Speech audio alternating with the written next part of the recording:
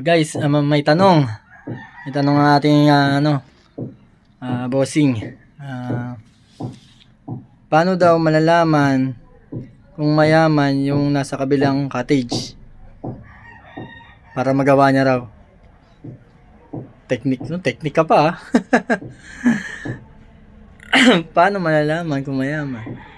Okay. Sige.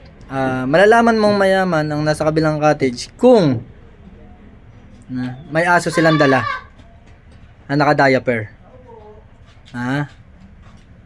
Diba? Diaper yung aso nila. Sungit.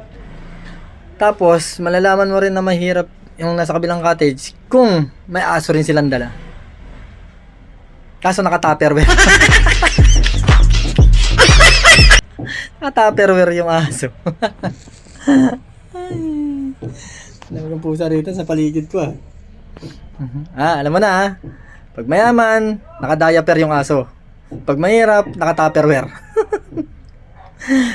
Baka meron kayong alam kung paano malalaman yung mayaman sa mahirap sa kabilang cottage. Paki-comment na lang Bye-bye. Sinayangan mo yung oras ko. Na yan.